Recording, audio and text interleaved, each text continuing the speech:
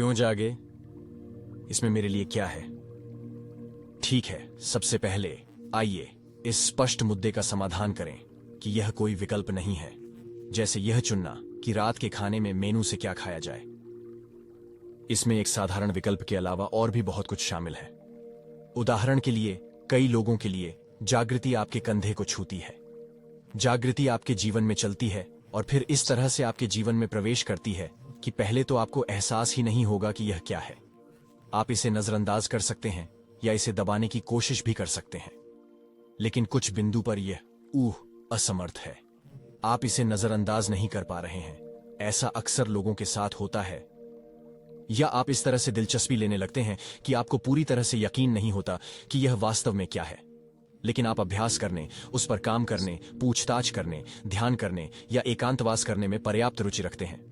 लेकिन आप अभी भी 100% निश्चित नहीं हैं, या शायद 50% भी निश्चित नहीं हैं कि यह वास्तव में क्या है या इसका क्या अर्थ है। लेकिन समय के साथ चीजों का अभ्यास करें, स्पष्ट करें, आप इस बात के प्रति अधिक अभ्यस्त हो जाते हैं कि वास्तव में क्या हो रहा है, जागृति क्या है।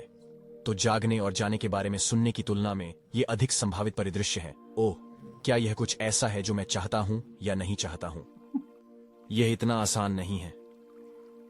लेकिन यह सवाल का मूल या इस वीडियो का मूल नहीं है। इसमें आपके लिए क्या है? अब मैं तुरंत बताऊंगा कि कई परंपराओं में, या कहें कि आत्मज्ञान, जागृति, हिंदू धर्म, शायद बौद्ध धर्म, अद्वैत वेदांत के आसपास विचार के स्कूल। लेकिन विशेष रूप से बौद्ध धर्म में ऐसी मानसिकता रखना लगभग शर्मनाक हो सकता है कि मुझे इससे क्या मिलेगा। जैसे आपको बोधिसत्व प्रतिज्ञा लेनी चाहिए, आपको इसे पहले से ही सही कारणों से करना चाहिए। लेकिन मेरे लिए यह विशेष रूप से प्रामाणिक नहीं है, क्योंकि जैसे ही आप जागने से पहले शुरुआत करते हैं और जागने के बाद काफी समय तक अभी भी बहुत सारी व्यक्तिगत प्रेरणा होती है। आपके पास इस बारे में विचार हैं कि यह आपको क्या देने जा रहा है, या इस बारे में विचार हैं कि अंततः इसका क्या मतलब होगा, या पहचान में इन बदलावों के बाद आप कहां पहुंचेंगे। इसलिए केवल यह बताने के बजाय आपको कुछ बड़ा या बेहतर या अधिक परोपकारी करने का संकल्प लेना चाहिए। मैं आपको यह बताने के लिए अधिक इच्छुक हूं, अपने प्रति ईमानदार रहें, क्योंकि हम जटिल हैं। मन जटिल है, मानस जटिल है, और मेरे अपने अनुभव से यह स्पष्ट हो गया है कि एक से अधिक एजेंडा या एक से अधिक आंदोलन एक साथ हो सकते हैं, और वहां अक्सर होता है। वहां एक खोजने वाली ऊर्जा हो सकती है, एक साधक जिसके साथ आपने पहचान बना ली है।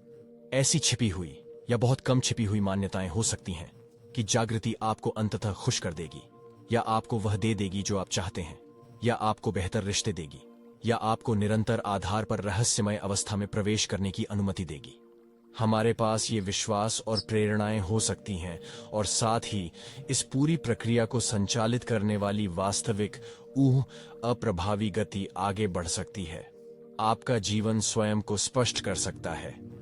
इसलिए जागने की प्रेरणा व्यक्तिगत नहीं है, बिल्कुल वास्तव में, क्योंकि वास्तव में कोई साधक नहीं है, वास्तव में हर चीज से अलग कोई व्यक्ति नहीं है। लेकिन उन पंक्तियों के साथ कुछ धारणाएं होंगी जब तक कि अहंकार संरचनाएं या मानसिक संरचनाएं जो ऐसा होने की अनुमति देती हैं समाप्त या गिर नहीं जाती हैं। इसलिए अपने आप को यह विश्वास न दिलाएं कि आप ऐसा किसी कारण से कर रहे हैं। आप इसके लिए ऐसा नहीं कर रहे हैं। मेरे लिए यह सिर्फ अप्रामाणिकता की एक परत जोड़ना है। ये मददगार नहीं है। ये एक प्रकार की आध्यात्मिक पहचान जोड़ रहा है, बल्कि खुद के प्रति ईमानदार रहें। अपने वास्तविक एजेंडे पर गौर करें और फिर पता लगाएं कि क्या उन सभी से अधिक गहरा कुछ है, कुछ ऐसा जो खुद को जानना चाहता है, सत्य को इस तरह से जानना चाहता है जो पूरी तरह से अवर्णनीय या अवर्णनीय है। इसका आपके एजेंडे या आपके विचारों या यहां तक कि आपकी खोजी ऊर्जा से कोई लेना देना नहीं है। इसे भी स्वीकार करें, इसे पहचानें, क्योंकि यह वहां है, अन्यथा आप इसे नहीं सुन रहे होंगे। इसलिए शुरू से ही लोगों को उनकी प्रेरणाओं के बारे में ईमानदार होने से हतोत्साहित न करें, यह देखते हुए कि उनके विचार, यह देखते हुए कि वे अनुकूलित हैं, मददगार हैं। लेकिन खुद को शर्मिंदा न करें या इसे खुद से छिपाएं नहीं। किसी बिंदु पर आप बोधिसत्व प्रतिज्ञा लेना चाह सकते हैं। यह आपकी गहरी समझ और अंतर्दृष्टि के साथ सुसंगत तरीके से आपके लिए समझ में आ सकता है। लेकिन मैं इसे कुछ समय के लिए बैक बर्नर पर रखने का सुझाव दूंगा। प्रामाणिक रहें, स्वाभाविक रहें, समझदार बने। जो हो रहा है उसके बारे में अपने प्रति ईमानदार रहें। और दिलचस्प बात यह है कि जितना अधिक आप ऐसा करते हैं उतना ही अधिक आप वास्तव में अपने अनुभव के इस दूसरे पहलू के आगे आने का रास्ता साफ करते हैं, जो किसी व्यक्ति को बिल्कुल नहीं पहचानता, किसी विशेष एजेंडे को नहीं पहचानता, काल्पनिक भविष्य या अतीत के बारे में आपके विचारों की परवाह नहीं करता। बस इसमें कोई दिलचस्पी नहीं है, और फिर भी ये यहां है, ये अभी यहीं है, और ये आपके अनुभव में और अधिक प्रमुख होता जाता है। आप समय के साथ और अधिक जानबूझकर उसमें निवास करते हैं। तो वहीं से शुरू करें। जो कुछ भी आप अपने जीवन में जागृति लाने का उद्देश्य, अर्थ, प्रेरणा समझते हैं, उसे स्वीकार करके शुरुआत करें। इससे अधिक व्यावहारिक उत्तर प्राप्त होता है। इसमें मेरे लिए क्या है? ठीक है, व्यावहारिक रूप से कहें तो इसमें आपको अलग करने के लिए कुछ भी नहीं है, क्योंकि अलग होना एक भ्रम है। इसमें आध्यात्मिक साधक के लिए कुछ भी नहीं है, क्योंकि आध्यात्मिक साधक एक भ्रम है। लेकिन फिर यहां अप्रामाणिक मत बनो। हो सकता है कि आपने ऐसे वीडियो देखे हों जो ऐसा कहते हों, तो आपको विश्वास करना चाहिए कि यह वहां नहीं है। वह मदद नहीं करता। विश्वास जोड़ने से मदद नहीं मिलती। कुछ बिंदु पर आप देखेंगे कि यह वहां नहीं है। इसका एहसास आपको अब होगा। यह आप नहीं है जिसे इसका एहसास है। इसका एहसास खुद ही हो जाता है, लेकिन इसके साथ आप कहां हैं इसके बारे में असावधान न रहें।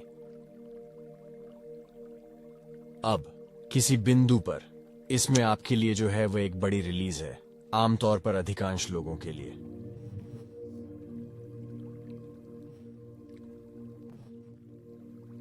एक बदलाव, सबसे बुनियादी स्तर पर परिवर्तन, और उसके बाद कुछ समय के लिए अक्सर शांति और खुशी होती है।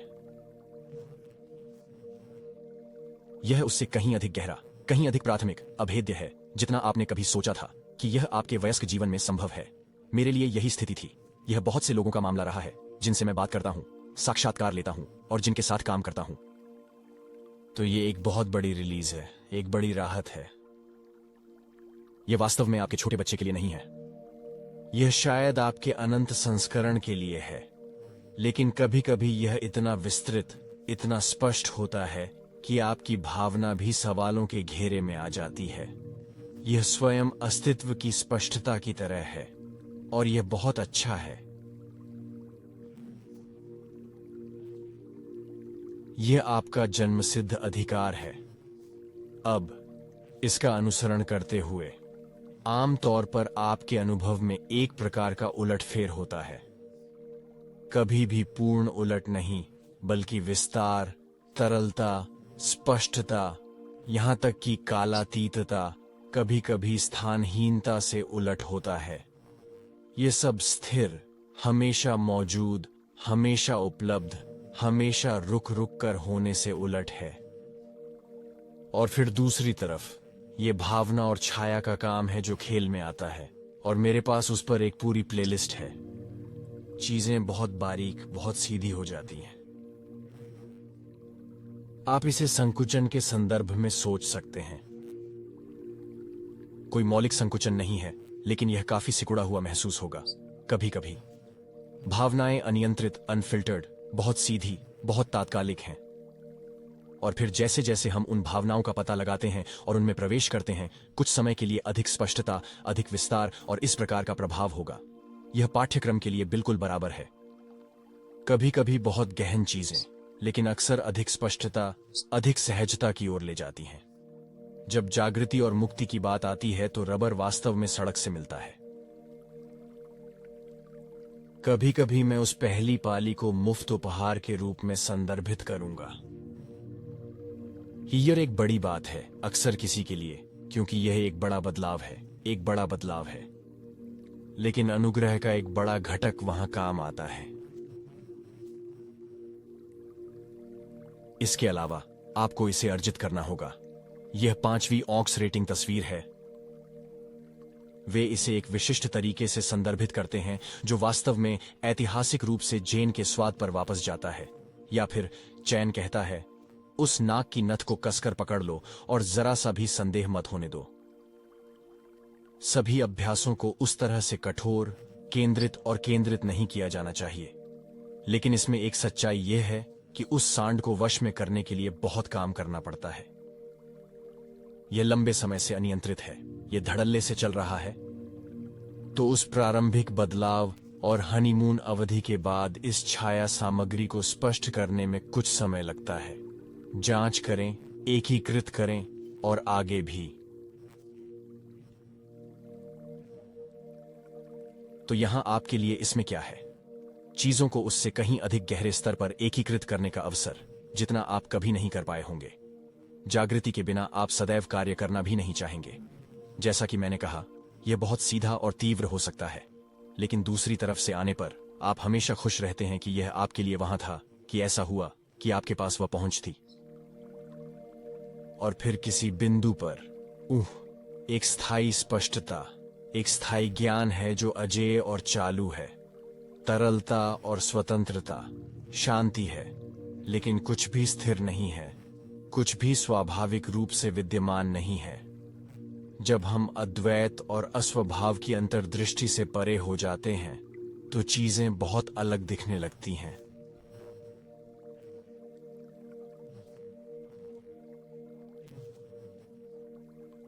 अब आपको इस बात से कोई सरोकार नहीं है कि इसमें मेरे लिए क्या है, जागृति या आपके जीवन में कुछ और।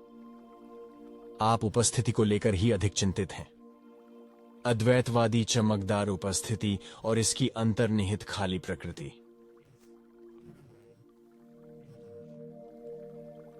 तो यहां समस्या का समाधान इस दृष्टिकोण से किया गया है कि मुझे इससे क्या मिलेगा। चूंकि यहां से यह एक विवादास्पद मुद्दा है, आप कह सकते हैं कि स्वयं की भावना इतनी विस्तारित, इतनी स्पष्ट, इतनी पूरी तरह से सभी ध्वनियों और संवेदनाओं, विचारों, चेतना, गति, शांति में एकीकृत है कि स्वयं के बारे में बात करना संभव नहीं है। अब और अर्थ, एक व्यक्तिगत स्व, तो यह स्वयं प्रक्रिया के बारे में हो जाता है। बंधन मुक्त और बिना शर्त धर्म जो इस पूरी प्रक्रिया को संचालित करता है। यह एक तरह का प्रेम प्रसंग है। इसमें एक खुशी है, तब भी जब दर्दनाक चीजें घटित हो रही हों। वास्तव में कोई फर्क नहीं पड़ता, एक संभव है जो सर्वव्यापी है। तो यहां एक स्वतंत्रता है, लेकिन दिलचस्प बात यह है कि यह उन बहुत सी चीजों से आजादी है जो हमने सोचा था कि हमें मिलने वाली है। यह खोजने से मुक्ति है, एक अलग, विवेकशील, संघर्षशील स्वयं की पहचान करने से मुक्ति है। किसी भी चीज की किसी भी निश्चित तरीके की जरूरत से मुक्ति। यह काफी सुंदर है। यह सभी परेशानियों के लायक है। यह प्रयास, संघर्ष, मुक्ति, समर्पण, भ्रम, दुहुक है। तो यह परम उपहार है, लेकिन इसे प्राप्त करने के लिए वास्तव में कोई अलग नहीं है। यह अपने आप में एक उपहार है, अंततः खाली स्पष्टता का उपहार।